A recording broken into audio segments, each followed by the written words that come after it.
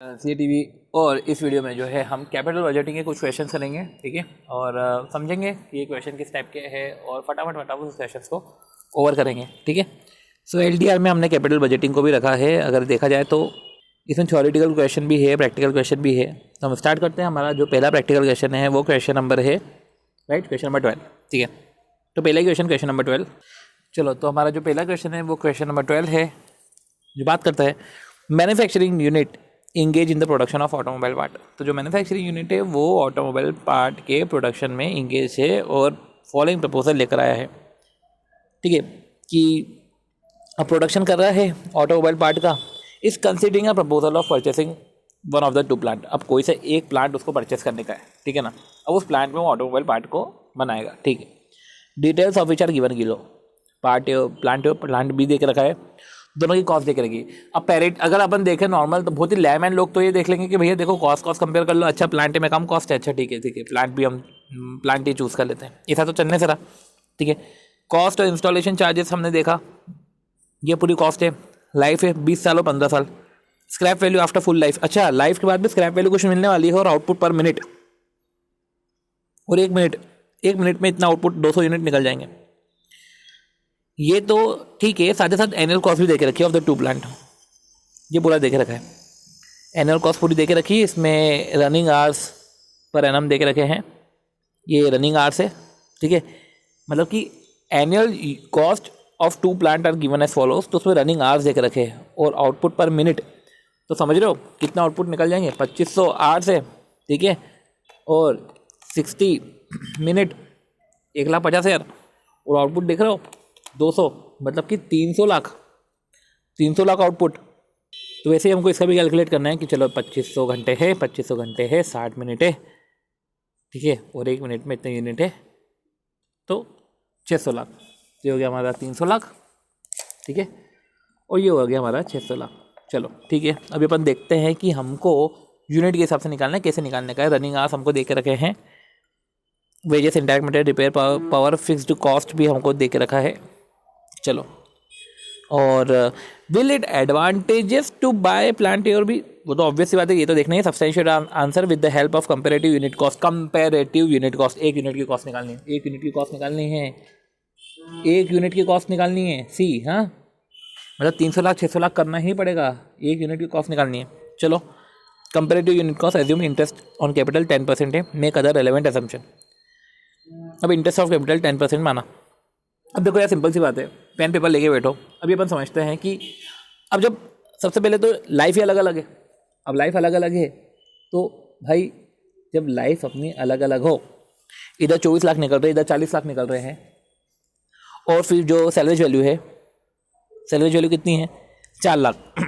अब मुझे बताओ, हम आज डिसाइड कर रहे हैं ना, तो सैलवेज वैल्यू मिलने वाली उसकी प्रेजेंट वैल्यू करो ना, 20 साल का प्रेजेंट वैल्यू लगाओ। अब प्रेजेंट वैल्यू हो तो डिस्काउंट रेट कौन सा यूज़ करोगे, डिस्काउंट रेट देकर रखा है आपको, डिस्काउंट रेट देकर रखा है, 1 सेकेंड, डिस्काउंट रेट आपको देख रखा है 10% का। इंटरेस्ट ऑन कैपिटल 10% है, मतलब आप डिस्काउंट रेट तो यही मान के चलो 10% है, उसके अलावा कोई रेट देके भी नहीं रखी है, डिस्काउंट रेट 10% है। अब देखो क्या लिखे रखा है, प्रेजेंट वैल्यू ऑफ एन्युटी, देखो 20 साल की देखे रखी हो, 15 साल की देखे रखी, काय के लिए देखे रखी, ताकि आप वो निकाल लो प्रेजेंट वैल्यू सैलवेज की। निकाली आपने सैलवेज की प्रेजेंट वैल्यू, ठीक है, ये सैलवेज की प्रेजेंट वैल्यू निकालोगे, इसकी प्रेजेंट वैल्यू निकालोगे, और ये प्रेजेंट वैल्यू हमने निकाली। तो अब देखो, तो ये 1 साल पे आ गया, ये भी 1 साल पे आ गया, ठीक है। अब पॉइंट ये है, दोनों की लाइफ तो डिफरेंट थी, ठीक है। वो तो हमने जो डिस्काउंटिंग करी है, इससे ये जो सैलवेज है वो पहले साल पे आ गया, और ये जो स्क्रैप वैल्यू है, ये भी जो है प्लांट भी, वो भी पहले साल पे आ गया। अब दोनों 20 साल और 15 साल के, तो 20 साल और 15 साल की एन्युटी से हम डिवाइड करेंगे, तो ऐसे केस में हम पता कर सकते हैं कि हर साल का कॉस्ट कितना है। तो देखो, ये annuity, capital recovery factor 10% of interest, हमें जैसे हम वो करते हैं ना इक्वेटेड एनुअल इंस्टॉलमेंट, वैसे ही इधर एन्युटी से डिवाइड कर लो, इधर एन्युटी से हमने जो है, इधर एन्युटी फैक्टर से मल्टीप्लाई कर लो, सॉरी, इसको एन्युटी फैक्टर से मल्टीप्लाई कर लो।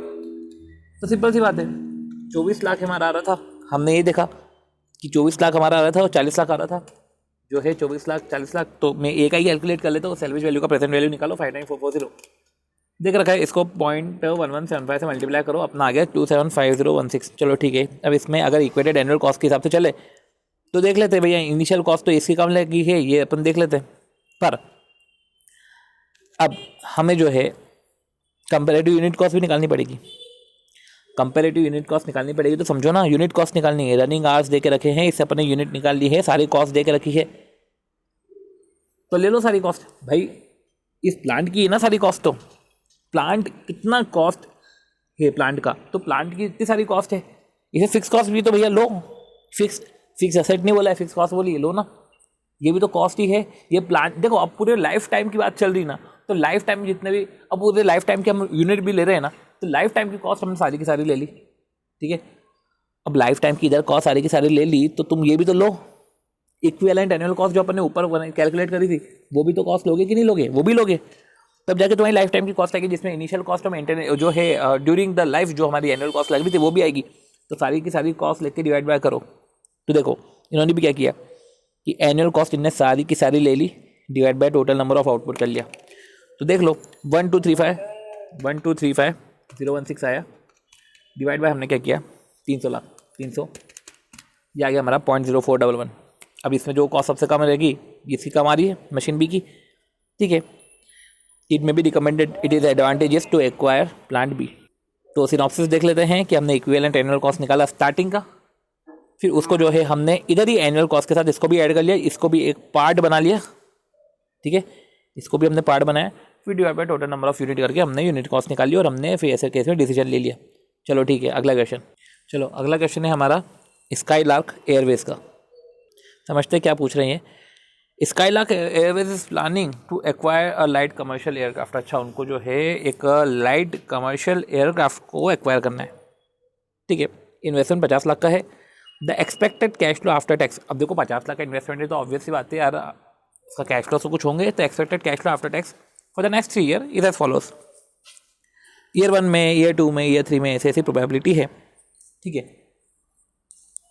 अब company wish to take into consideration all possible risk factor. तो कंपनी चाहती है कि take into consideration all possible risk factor, कि मैं सारी पॉसिबल रिस्क फैक्टर को कंसिडर करते हुए, wish to take into consideration all possible risk factor relating to airline operation. Company want to know कि सारे जो रिस्क फैक्टर है वो सब को ले लो। अब बताओ expected NPV, ENPV of this venture. Assume करो कि इंडिपेंडेंट प्रोबेबिलिटी डिस्ट्रीब्यूशन है with 6% risk free rate of interest. देखो ENPV का बोल रहे हैं of this venture, assuming independent probability distribution. Assume करो कि इंडिपेंडेंट प्रोबेबिलिटी डिस्ट्रीब्यूशन है, मतलब कि सबका अपना अपना इंडिपेंडेंट प्रोबेबिलिटी डिस्ट्रीब्यूशन है with 6% risk free rate of interest. अब समझते क्या बोलना चाह रहे हैं। सी ENPV निकालने का है। सबसे पहले तो सबका NPV इधर ईयर 1 की प्रोबेबिलिटी में लगा लो कि कितना कैश आएगा। देखो 14 लाख इंटू 0.1, ठीक है। 18 lakh into 0.2, 25 lakh into 0.4, 40 lakh into 0.3। तो हमने कैलकुलेट किया, 1 सेकेंड वापस कैलकुलेट करते हैं। 14 lakh into 0.1, 18 lakh into 0.2, 25 lakh into 0.4, 40 lakh into 0.3, कितना आया 27 लाख आया। सिंपल सी बात है, सब 27 लाख आया है। तो ENPV हमारा जो है, चलो हमने हर साल का निकाल लिया, एक 27 लाख है, दूसरे साल का निकालोगे तो 29.3 आ जाएगा, और तीसरे साल का निकालोगे तो 27.9 आ जाएगा। 3 साल का हो गया, चलो ठीक है, 3 साल का सीफैट हो गया है। अब 3 साल का है ना, तो चलो इसके निकालो ना, प्रेजेंट वैल्यू निकालो ना। 6% risk free rate of interest है, तो क्या डिस्काउंटिंग 6% से करना है क्या? तो हाँ, उससे ही करना पड़ेगा, क्योंकि दूसरे रेट ऑफ इंटरेस्ट आपको देके नहीं रखा है, तो इससे करो। 6% रेट ऑफ इंटरेस्ट है, करो डिस्काउंटिंग करके पता कर लो कितना आ रहा है। NPV निकाल लो, NPV आ रही है आपकी, ये आपने यही करा, ठीक है। और 6% आपने कैलकुलेट किया, डिस्काउंटिंग करी, और present value of cash inflow आ गया 74974, और आउटफ्लो तो हमारा जो है 50 का हो रहा है। तेरे से केस में NPV 24.974 आ रही है। ये हो गया हमारा पहला। Possible deviation of expected value, possible deviation of expected value, ये क्या है? Possible deviation of expected value. तो एक तरीके से ये तो हमसे पॉसिबल डेविएशन, तो ये तो जैसे कि हम उधर कैलकुलेट करते थे ना स्टैंडर्ड डेविएशन, ये तो वही स्टैंडर्ड डेविएशन कैलकुलेट करने का बोल रहे हैं। पॉसिबल डेविएशन करते चलो, तब इसको कैसे कैलकुलेट करोगे? याद है? देखो एक्स और प्रोबेबिलिटी देके रखिए, 14 लाख, 18 लाख, 25 लाख, 40 लाख, ठीक है। सॉल्व करते चलो। प्रोबेबिलिटी है 0.1, 0.2, 0.4, 0.3। अब सिंपल सी बात है, अभी हमारा इसका निकला था ना 27 लाख, हमने निकाला था 27 लाख, ये हो गया हमारा वो एक्स बार, ठीक है। एक्स बार लो 27 लाख, तो एक्स बार है, तो एक्स माइनस एक्स बार -13, ठीक है, -9, -2 प्लस 13, क्योंकि 40 माइनस 27। अब एक्स माइनस एक्स बार हो गया, ठीक है। फिर पी एक्स माइनस एक्स बार का होल स्क्वायर करते ना, पी एक्स माइनस एक्स बार का होल स्क्वायर, चलो ठीक है। पी एक्स माइनस एक्स बार का होल स्क्वायर, तो भाई पहले एक्स माइनस एक्स बार का होल स्क्वायर निकालो। 169, 81, 4, 13, ये देख लेते हैं, ठीक है। 4 है, 169 है, इसको पी से मल्टीप्लाई कर लो, into 0.1, into 0.2, into 0.4, into 0.5, calculate कर लो, ठीक है। कैलकुलेट करोगे तो 85.4 आएगा, ये आपका आएगा पी एक्स माइनस एक्स बार का होल स्क्वायर। ये तो वेरिएंस है, अंडर रूट करोगे स्टैंडर्ड डेविएशन आ जाएगा। सबका निकालो ऐसे ही। क्या करना है, एक्स से प्रोबेबिलिटी है एक्स माइनस एक्स बार निकालो, क्योंकि एक्स बार भी दे के रखा है। P x minus x bar को होल स्क्वायर करो, टोटल आएगा, वो वेरिएंस है, अंडर रूट करो स्टैंडर्ड डेविएशन है। चलो इस तरीके से 3 स्टैंडर्ड डेविएशन हमने निकाले। अब स्टैंडर्ड डेविएशन निकाले, अब हमको जो है possible deviation in the expected value, अब हमको निकालना है इसका possible deviation about the expected value निकालना है। तो ठीक है, 85.4, 98.61 और 74.29 ये जो हमारा आया है, ये वेरिएंस है, ये 74.29 ये सब वेरिएंस है, ठीक है ना। डिवाइड बाय ये पहले साल का है, तो इधर जो है फॉर्मूला समझो, इधर फॉर्मूला है 2n का, ठीक है। तो भाई जितने साल का भी है, तो भाई variance of 1 year 1, variance of year 2, variance of year 3, ये आपने जो भी करा, ठीक है, डिवाइड बाय जो है 1 प्लस जो भी रेट देके रखा है, डिस्काउंटिंग रेट पावर में 2n, ये हीलर्स मॉडल है। सिस्टमैटिकली अगर हम इक्वेशन की बात करें तो इसमें ऐसे ही होता है कि आप फ्यूचर जो भी ईयर्स है, फ्यूचर ईयर्स के बाकायदा आप जो है वेरिएंस कैलकुलेट करते हो, और वेरिएंस कैलकुलेट करके आपने इसको कर लिया, डिवाइड बाय डिस्काउंटिंग कर दी, और डिस्काउंटिंग भी वो 2n पावर में 2n होता है, ठीक है। चलो क्या है एक और question, how would standard deviation at the present value help in capital budgeting decision. Standard deviation capital budgeting में कैसे मदद करता है, तो स्टैंडर्ड डेविएशन तो एक स्टैटिस्टिकल मेजर है डिस्पर्शन का, it measure the deviation from central number, वो डेविएशन बताता है। In the context of capital budgeting, especially when we take up 2 or more projects, giving somewhat similar mean cash flows, by calculating standard deviation in such cases, मतलब कि standard deviation कब काम आता है, जब 2 या 2 से ज़्यादा 2 or more project जो सिमिलर है, ठीक है। By calculating standard deviation in such cases, we can measure in each case the extent of variation. देखो स्टैंडर्ड डेविएशन कैलकुलेट करते ना तो हमको समझ में आ जाता है extent of variation. It can be use to identify the project is less riskier in terms of variability, ठीक है। स्टैंडर्ड डेविएशन हमको ये पता करने में मदद करता है कि कौन सा प्रोजेक्ट वेरिएबल है, कौन सा प्रोजेक्ट वेरिएबल नहीं है, मतलब कि कम वेरिएबल है तो वेरिएबल ज़्यादा है मतलब रिस्कियर है, वेरिएबल कम है तो रिस्कियर कम है, ठीक है। A project having a lower coefficient of variation will be preferred, तो project having lower coefficient of variation, तो project which has a lower coefficient of variation will be preferred if sizes are heterogeneous, ठीक है। तो project where which has lower coefficient of variation will be preferred with sizes are heterogeneous, मतलब कि simple सी बात है, size heterogeneous हो, similar project है तो स्टैंडर्ड डेविएशन, हेट्रोजीनियस है तो कोफिशिएंट ऑफ वेरिएशन। तो ये हमने लिख लिया है कि जब सिमिलर प्रोजेक्ट है तो एसडी या वेरिएंस, और हेट्रोजीनियस प्रोजेक्ट है तो कोफिशिएंट ऑफ वेरिएशन से काम कर लेते हैं। Beside this, if we assume that probability distribution is approximately normal, we are able to calculate probability of capital budgeting project generating NPV less than और more than a specified amount, ठीक है। चलो ये हमने क्वेश्चन करा, ठीक है। अब अगले क्वेश्चन की तरफ बढ़ते हैं। ओके, सो हमने जो है अगला क्वेश्चन की तरफ बढ़ते हैं। अगला क्वेश्चन है हमारा हीलर्स मॉडल पे, और देख लेते हैं क्वेश्चन का भी। हीलर्स मॉडल में हमको क्वेश्चन मिले तो सी ईएनपी भी आपको समझ में आ गया ना कि जब बहुत सारे प्रोबेबिलिटी डिस्ट्रीब्यूशन रहते हैं तब हम एनपीवी निकालते हैं, उसका हम प्रेजेंट वैल्यू करते हैं, ठीक है। और इससे ईएनपीवी निकलता है। देखो ये अगला क्वेश्चन भी ईएनपीवी के रिस्पेक्ट में ही है। हिलर्स मॉडल वाला क्वेश्चन आएगा तो देख लेंगे, बट हिलर्स मॉडल में आप समझ जाओ कि जो डिस्काउंटिंग होती है, देखो हर साल का वेरिएंस है, डिस्काउंटिंग जो करना है वो 2n से कर देने का, अपने को डिस्काउंटिंग रेट रहेगा और 2n आप कर देना, ठीक है। तो इससे जो है आपका जो है स्टैंडर्ड डेविएशन आप निकाल लोगे। चलो अब जो है अगला क्वेश्चन करते हैं हम, सॉरी ये है question number 17, right.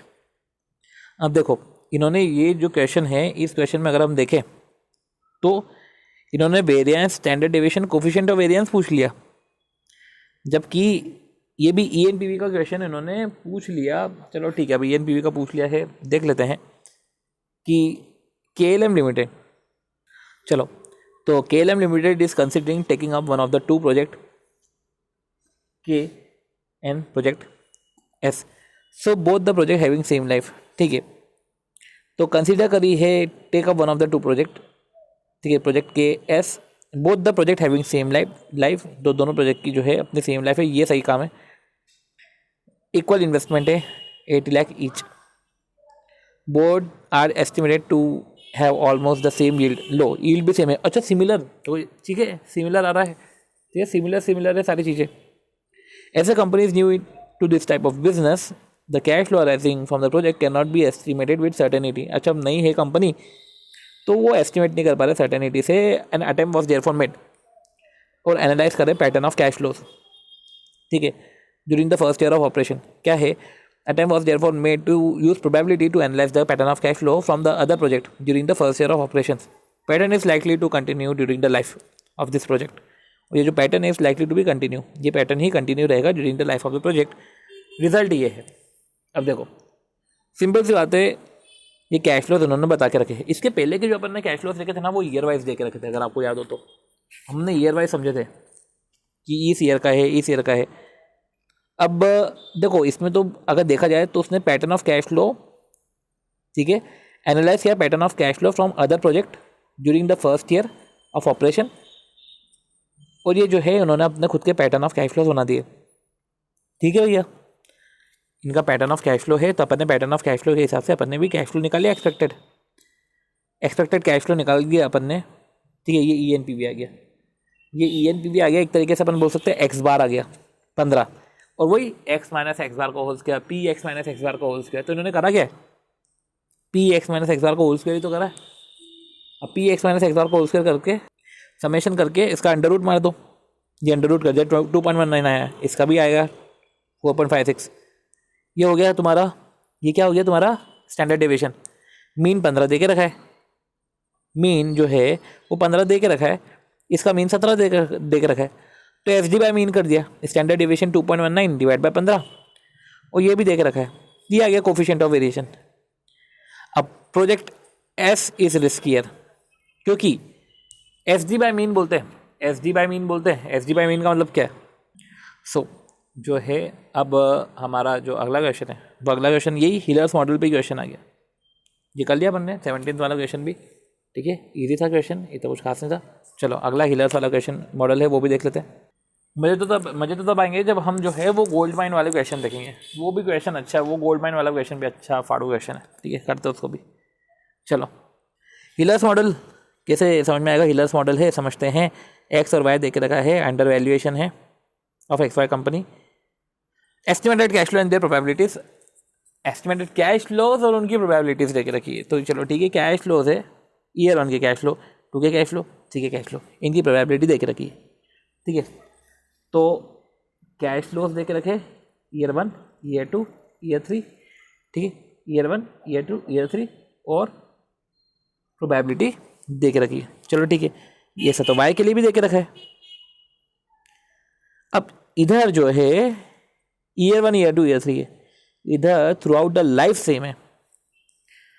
Which project is better based on NPV, तो निकाल लेते हम, एनपीवी निकाल लेते हैं। एक्स का हम करेंगे तो हमको तो हर साल का करना पड़ेगा, क्योंकि हर साल का अपना वेटेज, ठीक है, 30 into 0.3, 50 into 0.4, 65 into 0.3, 30 into 0.3, 50 into 0.4 into 0.3, 48.5, ये आ गया 48.5, ये 3 आ गए। इसका प्रेजेंट वैल्यू निकाला, प्रेजेंट वैल्यू आ गई, ठीक है। ये हमने प्रेजेंट वैल्यू निकाली, उसका एनपीवी आ गया। ऐसा प्रोजेक्ट वाई का भी कर लिया, तो ये कैलकुलेट कर लिया हमने एनपीवी हमने कैलकुलेट कर लिया, ठीक है। अब standard deviation based on present value distribution, तो हमने प्रेजेंट वैल्यू डिस्ट्रीब्यूशन के हिसाब से हमको जो है स्टैंडर्ड डेविएशन निकालना है। सी, अब एक्स का भी डेविएशन निकालेंगे, वाई का भी निकालेंगे। अब ईएनपीवी आता है ना, तो स्टैंडर्ड डेविएशन हम जो है वैसे ही निकालेंगे। कैसे? हमारे पर्टिकुलर वो हिलर्स मॉडल से। तो ईएनपीवी है, ईएनपीवी से एक तरीके से अपन ने एक्स बार निकाल लिया। ईएनपीवी तो अपन ये बोल रहे हैं एक्स बार निकाल लिया। अब प्रोजेक्ट एक्स है, प्रोजेक्ट एक्स में 3 साल के कैश फ्लो थे, देखा जाए तो 3 साल के कैश फ्लो थे, ठीक है। तो एक्स माइनस एक्स बार करेंगे। अब इधर अगर हम देखें तो क्या आ रहा है 37.28। अब देखो 37.28 माइनस होगा, 37.28 माइनस होगा हर एक से, ये हर एक से माइनस होगा, ठीक है। ईयर 1 में, ईयर 2 में, ईयर 3 में देखना। अभी अपन देखते हैं ईयर 1 में, ईयर 2 में, ईयर 3 में, ठीक है। अब ईयर 1, 2, 3 एनपीवी, सबसे पहले तो हमने इसका एनपीवी देखा 48.5, ये एक्स बार है, ठीक है। ये एक्स बार है, हमको 37.28 नहीं, 37.28 एनपीवी है, हमको ये एक्स बार माइनस करना पड़ेगा। तो यही हमने एक्स माइनस एक्स बार निकाला और प्रोबेबिलिटी से मल्टीप्लाई करके स्क्वायर कर दिया। यही एक्स माइनस एक्स बार प्रोबेबिलिटी से मल्टीप्लाई करके स्क्वायर और अंडर रूट कर दिया। इससे जो है हमारे 3 साल के जो है एस डी आ जाते हैं। अब एस डी आ जाते हैं, डिस्काउंटिंग का 10% है, 2n 2 4 6, क्योंकि 1 डिवाइड बाई 1 प्लस 10 1.10 पहले साल का है 2, दूसरा साल का है 2n 4, तीसरा साल का 2n 6। ये हो गया हमारा, कैलकुलेट हो गया।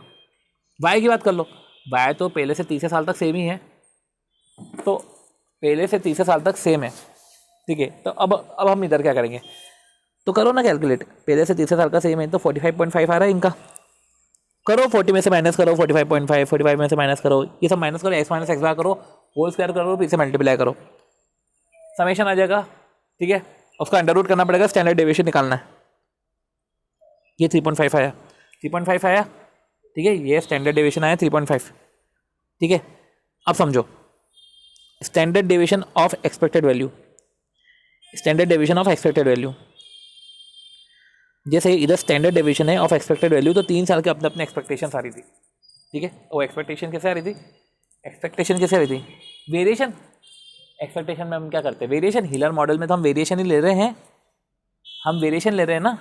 तो 185.25 ये वेरिएशन है, इसका स्टैंडर्ड डेविएशन ये हो जाता है, ये होता है स्टैंडर्ड डेविएशन, ये वेरिएशन है। अंडर रूट करो तो ये स्टैंडर्ड डेविएशन होगा, तो सबका वेरिएशन ही तो ले रहे, तो इसमें भी वेरिएशन लेंगे ना, हर साल का सेम है। और हमने जो है डिस्काउंटिंग कर ली 2n से, तो सिंस इस तरीके से जो है हम डिस्काउंटिंग कर ली है, और इस तरीके से हमने जो है अंडर रूट करके 5.03 लेकर आ गए हैं स्टैंडर्ड डेविएशन, इसका भी वो 15.43 आया। ऑब्वियस सी बात है, वाई लेस रिस्की है, तो ईएनपीवी है तो स्टैंडर्ड डेविएशन लगेगा। सिंपल सी बात है। मैं आपको प्रोसेस वापस बताता हूँ हिलर्स मॉडल की। 3 साल दे के रखे तो बाकायदा पहले हम निकालेंगे हर साल का एक्स बार, जो इन्होंने निकाल के रखा है, हर साल का एक्स बार, एक्स बार 1, एक्स बार 2, एक्स बार 3। फिर हम जो है बाकायदा एनपीवी निकाल लेंगे, वो डिस्काउंट करके, ठीक है। अब फिर जो है एनपीवी निकाली पूरे प्रोजेक्ट की।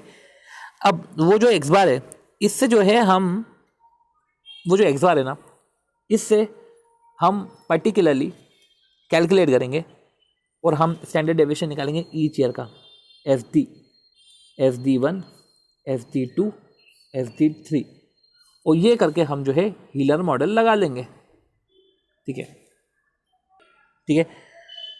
सो भाई, हम ईयर वाइज हमारे पास कैश फ्लोज रहते हैं, सेपरेट प्रोबेबिलिटीज़ रहती है, बाकायदा हम जो है एक्स बार कैलकुलेट करते हैं हर साल का एक्स बार कैलकुलेट करके डिस्काउंटिंग करते हैं, तब जाके एनपीवी आता है। ये एनपीवी का पर्पज़ ही अलग हो गया।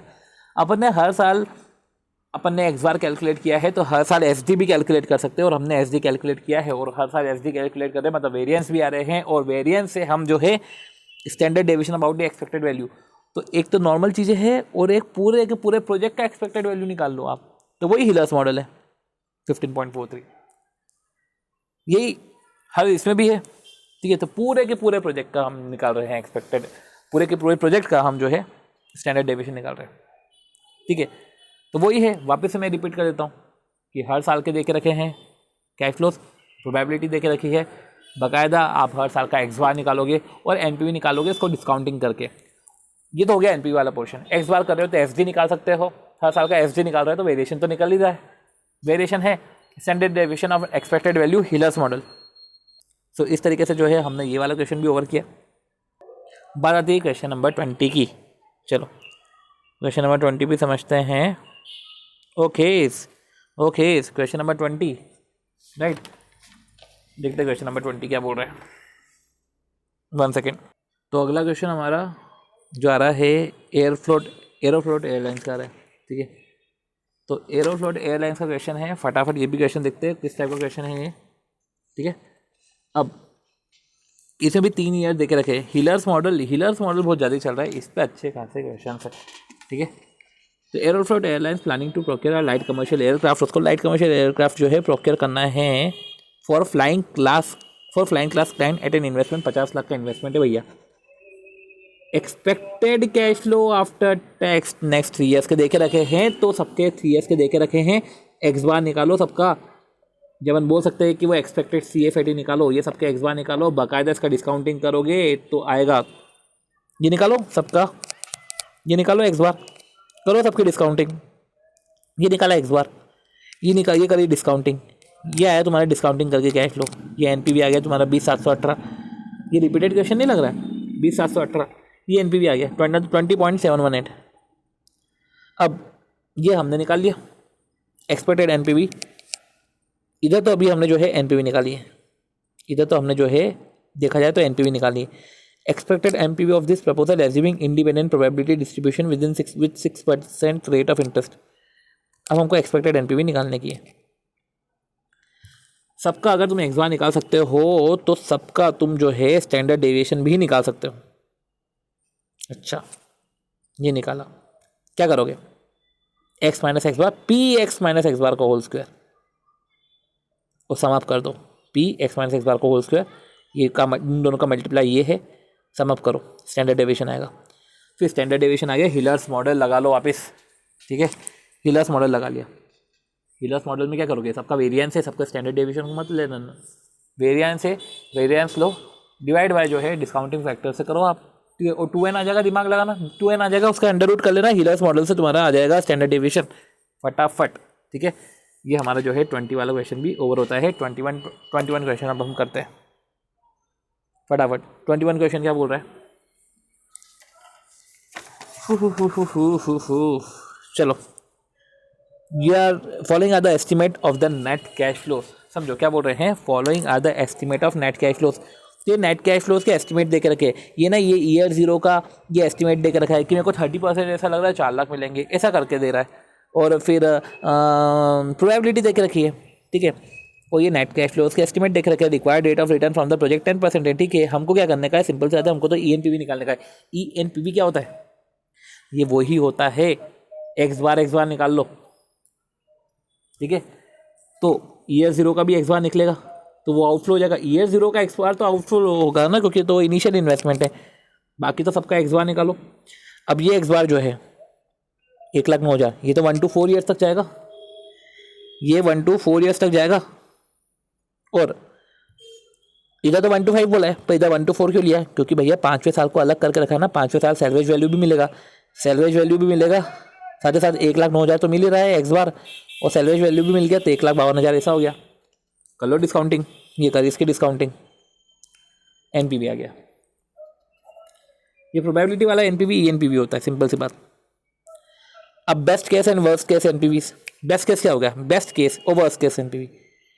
वर्स्ट केस समझते हैं। चलो, वर्स्ट केस क्या होता है? वर्स्ट केस ये है कि जहाँ पे कम आउटफ्लोज हो रहे हैं, ऐसा समझते हैं। वर्स्ट केस क्या हो सकता है? वर्स्ट केस ये हो सकता है कि इनिशियल इन्वेस्टमेंट तो देखो सब में सेम है। इधर देखो 1 लाख, ये नेट कैश फ्लोज भी कम है और सैलवेज वैल्यू भी कम है, तो वर्स्ट केस हम यही मान लेते हैं कि 1 लाख आ रहा है।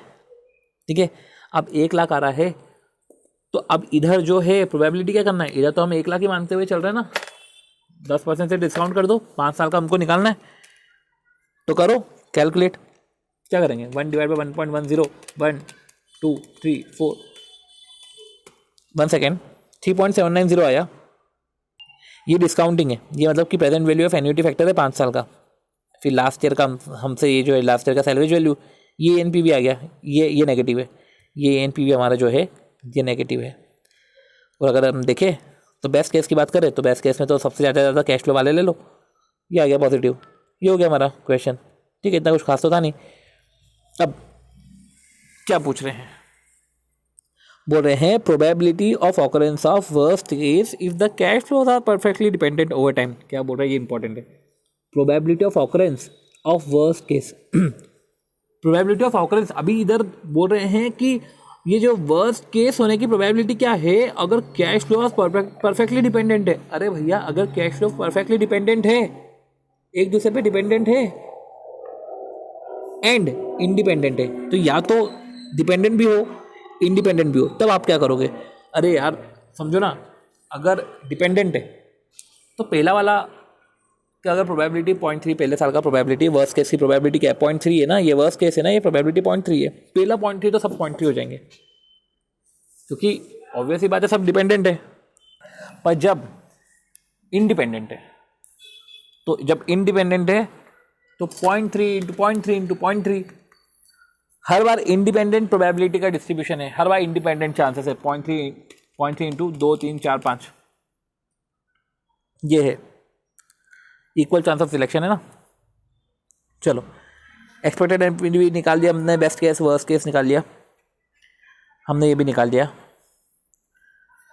अब स्टैंडर्ड डेविएशन, अब समझो क्या बोल रहे हैं कि standard deviation and coefficient of variation assuming that there are only 3 streams of cash flow. अच्छा, 3 स्ट्रीम्स ऑफ कैश फ्लो, तो standard deviation and coefficient of variation निकाल, assuming that there are only 3 streams of cash flow which are represented by each column of the table within the given probability। तो 3 streams of cash flow which are represented by each column, ये हर column से represent करेगा, ठीक है, represented by each column of the table with the given probability। तो 3 stream है, 3 stream of cash flow, ठीक है।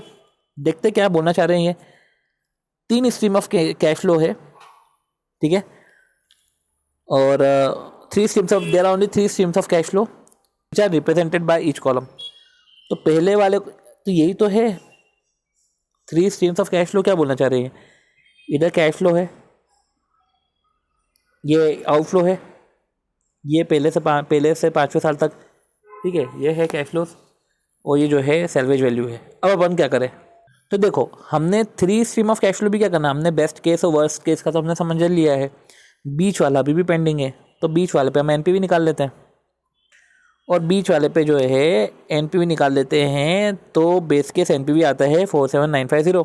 अब ये जो तीनों एनपीवी है प्रोबेबिलिटी डिस्ट्रीब्यूशन है, तीनों एनपीवी है इनका प्रोबेबिलिटी डिस्ट्रीब्यूशन है, तो ये एनपीवी है, तीनों एनपीवी इनका प्रोबेबिलिटी डिस्ट्रीब्यूशन है बेस केस का,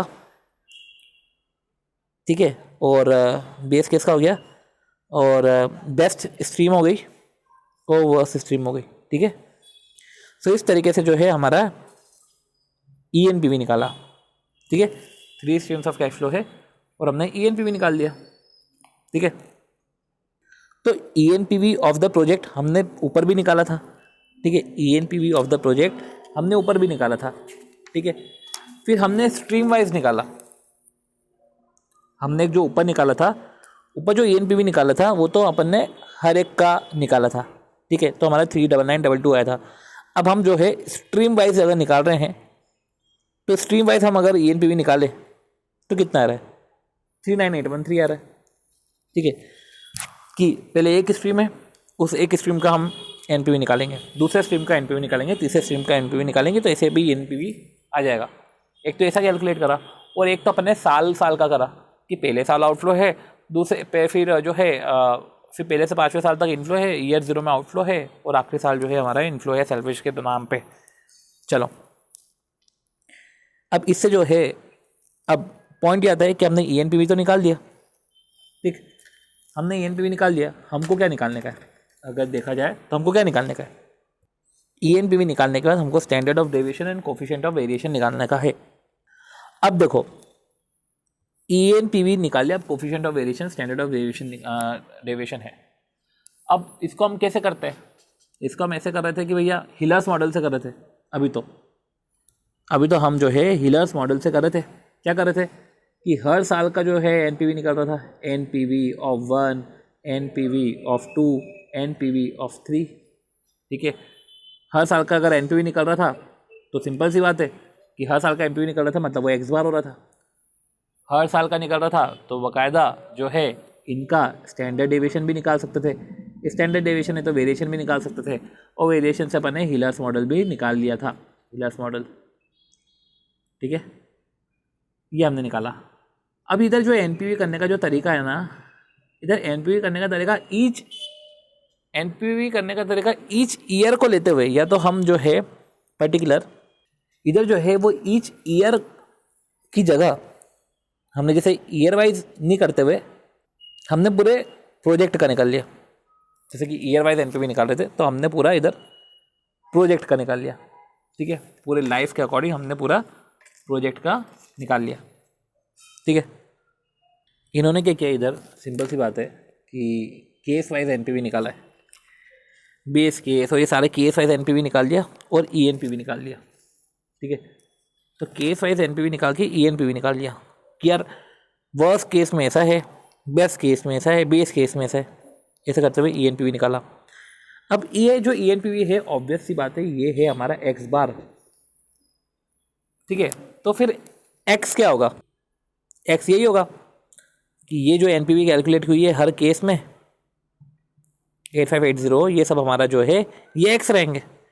तो x माइनस एक्स बार P x minus x bar को होल स्क्वायर से जो है अंडर जो है होल स्क्वायर करते हुए इस तरीके से जो है हम कैलकुलेट कर लेंगे, मतलब कि ऐसे में हमारा जो है स्टैंडर्ड डेविएशन आ जाएगा। ये जो 35,800 आ रहा है और जो है हमारा CV कि SD बाय मीन देखें तो 39,813 आ रहा है और SD बाय मीन है 0.90 आ रहा है। तो ये क्वेश्चन अच्छा क्वेश्चन है। एक हमारा जो है 21वां क्वेश्चन अगर देखें तो अच्छा क्वेश्चन है, और 21वां क्वेश्चन और साथ ही साथ 21वें क्वेश्चन को हम जो है हमारे 20वें क्वेश्चन से हम कंसिडर जो है कंपेयर कर सकते हैं। तो ये है 20 वर्सेस 21। चलो अब बात आती है हमारी नेक्स्ट क्वेश्चन की, वो है हमारा 22। क्या है, XYZ limited considering project for which following estimate are available. ये सारे एस्टिमेट अवेलेबल है कि स्टार्टिंग में जो है इनिशियल कॉस्ट, वो इनिशियल कॉस्ट लगती है तो इनिशियल कॉस्ट बताइए। अगला अगर हम देखें तो coefficient of variation of X limited on its average project which is in range of 0.95 to 1। तो coefficient of variation on its average project मतलब वही SD by mean on its average project which is in range of 0.95 to 1 if the coefficient of variation of the project is found to be less risky than average average से कम risky मिल जाए, ठीक है, 100 basis point deducted from the cost of capital. अच्छा, अगर less risky निकला ना तो अभी अपन देख लेते हैं।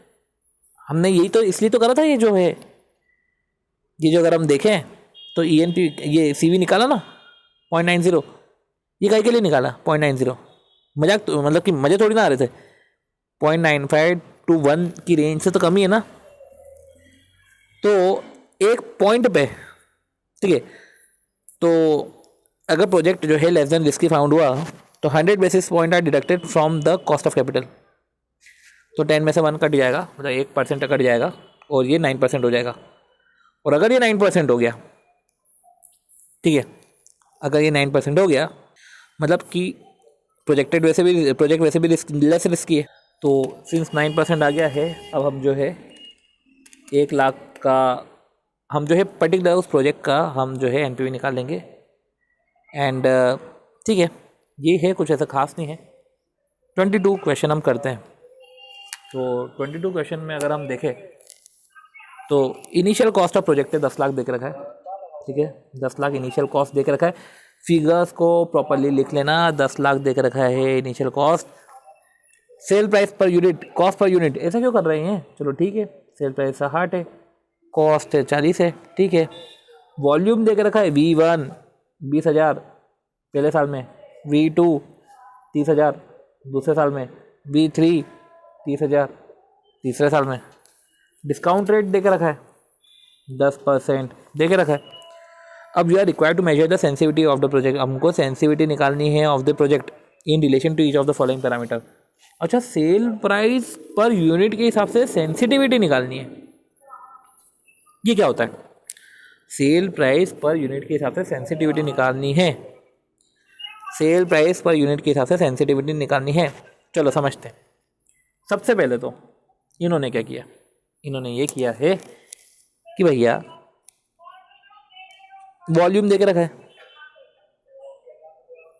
वॉल्यूम देके रखा है, और अगर देखें तो भाई एनपीवी है हमारा 10 लाख का, इनिशियल कॉस्ट ऑफ प्रोजेक्ट है हमारा 10 लाख का। अब प्रॉफिट हो रहा है, सेल में से कॉस्ट माइनस करोगे तो 20-20 का तो प्रॉफिट हो रहा है, मतलब कैश फ्लोज तो हो रहे हैं, सी फैट हो रहा है, ठीक है। तो ठीक है, ये जो कैश फ्लो हो रहे हैं तो ये तो हर साल हो रहे हैं, ईयर 1 में हो रहे हैं, ईयर 2 में हो रहे हैं, ईयर 3 में हो रहे हैं। ध्यान रखो 10% का डिस्काउंटिंग करना है और ईएनपीवी तुम्हारा आ जाएगा। यही इन्होंने करा है,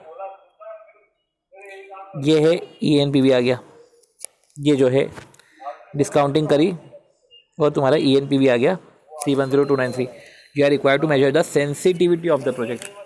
अब हमको क्या करना है, सेंसिटिविटी ऑफ द प्रोजेक्ट निकालना है in relation to each of the following parameter. सबसे पहले sale price per unit, sale price per unit के हिसाब से सेंसिटिविटी निकालनी है। मतलब हमको क्या करना है, सेंसिटिविटी ऑफ द प्रोजेक्ट निकालना है। मतलब क्या, हमारा ईएनपीवी सबसे पहले तो एनपीवी आ रहा है हमारा 3,10,293। मतलब कि एक तरीके से ऐसा समझ सकते हैं कि सेल प्राइस में कितना चेंज है तब जाके ये ईएनपीवी आया है, ईएनपीवी हमारा पॉजिटिव आया है सेल प्राइस में कितने चेंज होने के कारण। मतलब कि सिंपल सी बात है, इसको अगर हम ब्रेक डाउन करें तो हमको क्या दिखेगा, यूनिट जो होते हैं 20,000 यूनिट है, सेल प्राइस मेरे को पता नहीं है, -40 करा, चलो डिवाइड बाय 1.1 करा, ऐसे करते हुए मैंने 3 साल का प्रेजेंट वैल्यू निकाला, ठीक है। और इक्वल टू के सामने मेरे को 10 लाख रखना पड़ेगा, फिर मेरी सेल प्राइस आएगी। अब ये जो सेल प्राइस है, इस सेल प्राइस पे आउटफ्लो इक्वल टू इनफ्लो हो जाएगा, ठीक है। और एक सेल प्राइस हमको देख रहा कि 60, वो सेल प्राइस पे जो है एनपीवी ज़्यादा है। ऐसे केस में समझो, ऐसे केस में भाई हम पता कर लेंगे कम सेल प्राइस में क्या है, ज़्यादा सेल प्राइस में क्या है, वो जो डिफरेंस है हमको समझ में आ जाएगा कि ज़्यादा सेल प्राइस पे एनपीवी ज़्यादा है, कम सेल प्राइस पे एनपीवी हो जाएगी 0। तो old minus nu divide by old, या तो अपन सेंसिटिविटी ऐसे कर लेते हैं, ठीक है। तो फॉल अगर हमको देखना है ऊपर से नीचे गिर रहा है, ठीक है, तो फॉल देख लो 7.9%। तो फॉल ऑफ सेंसिटिविटी देख लो, तो देखो सिंपल सी बात है कि यार सेल प्राइस आपकी कम होगी तब जाके एनपीवी आपका 0 पे आएगा। यही है, या तो सेल प्राइस कम कर दो, ठीक है, तो high minus low divide by low, cost बढ़ा दो, दूसरा है हमारा कॉस्ट बढ़ा दो। अब कॉस्ट बढ़ा दो तो उसमें भी ऐसा है कि भैया अपने 20,000 यूनिट है, अब इधर मेरे को सेल प्राइस पता है, सेल प्राइस पता है, ठीक है। तो सेल प्राइस मेरे को कितना पता है कि 60 मैंने सेल प्राइस रखी है, कॉस्ट मेरे को नहीं पता है ना, इधर कॉस्ट मुझे नहीं पता, तो अपन ने कॉस्ट को सी कर दिया, तो 60 माइनस सी। तो इसका इक्वेशन कैसे बन सकती है कि 10 लाख इक्वल टू 20,000 और 60 minus C divide by 1.1, 20,000 60 minus C2, मतलब कि सी ही कर दो, ठीक है। इस तरीके से हमने सी के लिए कैलकुलेट कर लिया। अब इधर बढ़ेगा, ठीक है, तो फॉल ऑफ सेल वैल्यू, तो राइज ऑफ कॉस्ट भी होता है, राइज ऑफ कॉस्ट भी होता है। तो पहले अपन कॉस्ट देख लेते हैं, कॉस्ट में पूछ रहे हैं क्या है वैसे, ये हम ये देख लेते हैं। यूनिट कॉस्ट के रिस्पेक्ट में पूछ रहे हैं। ए तो हमारा सेल प्राइस हो गया, क्या कॉस्ट में पूछ रहे हैं क्या? तो देखो इसमें क्या बोला है, अगर यूनिट कॉस्ट में इसमें कितना छोटा सा बोला है कि if sale price is 60, cost price required to give margin of 15.26। अगर सेल प्राइस 60 है, cost price required to give margin of 15.26, मतलब कि मेरे को इतना कॉस्ट प्राइस करना है कि 15.26 का मार्जिन जाए। ऐसा क्यों बोला? बहुत इजी तरीके से इन्होंने देख लिया। देखो अभी हमने सेल प्राइस फिक्स नहीं थी तो हमारी सेल प्राइस फिक्स हो गई। अब उस पर्टिकुलर सेल प्राइस पे हम बोल सकते हैं कि यार ये पर्टिकुलर अगर सेल प्राइस हुई ना तो क्या होगा कि एनपीवी 0 आ जाएगा। तो सेल प्राइस क्या निकली थी तुम्हारी, जो भी है 55.26 आया था। अब 55.26 में से 40 माइनस करो, मतलब कि उतने पर्टिकुलर प्रॉफिट में हो जाएगी। तो यही है ना 60। अगर सेल प्राइस को इधर कांस्टेंट रखना है यूनिट कॉस्ट के रिस्पेक्ट में, तो सेल प्राइस हमने कांस्टेंट कर दिया, 15.26 हमने माइनस किया। अब हमारा क्या आया, हमारा 60 माइनस 15.26 से 44.74 कॉस्ट बढ़ जाएगी। तब ये हाई है 44.75, तो high minus low divide by low. अब जो है पूछा तीसरा, सेल्स वॉल्यूम।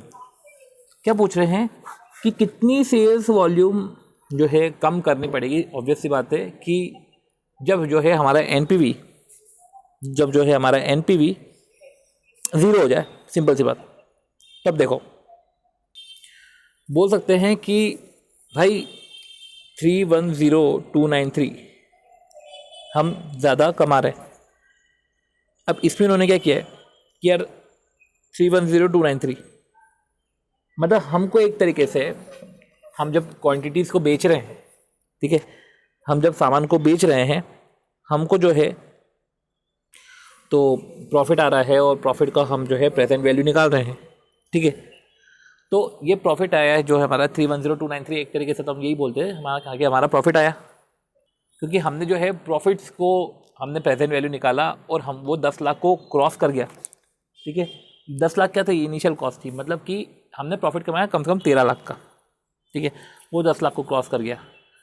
तो अब जो है कि एक्सेस कितना है 310293, ठीक है, 310293 है डिवाइड बाय जो है 13.10293 करा इतने, ऐसा कि हमारा जो टोटल रेवेन्यू है, टोटल प्रॉफिट है, उसमें से अगर 310293 अगर ये कम होता है तब जाके जो है हमारा high minus low divide by low करना पड़ता है ना। तो इन्होंने बोला कि ऐसा अगर फॉल होता है तो फिर ऐसे केस में जो है हमारा 0 हो जाएगा, मतलब कि हमारा जो अभी टोटल कैश फ्लोज आए हैं, ठीक है, प्रॉफिट के रूप में जो कैश फ्लोज आए, या अपन बोल सकते हैं जो कैश फ्लोज आए हैं, उसमें से अगर 310293 कम हो जाते हैं ना तो हम मैच हो जाएगा, हमारा सीन ही मैच हो जाएगा। मतलब कि सेल वैल्यू जो है वॉल्यूम अगर हमारा 23.68 से अगर फॉल हो रहा है तो मतलब कि मैच हो रही सारी चीज़ें, 10 लाख तक आ रहे हैं।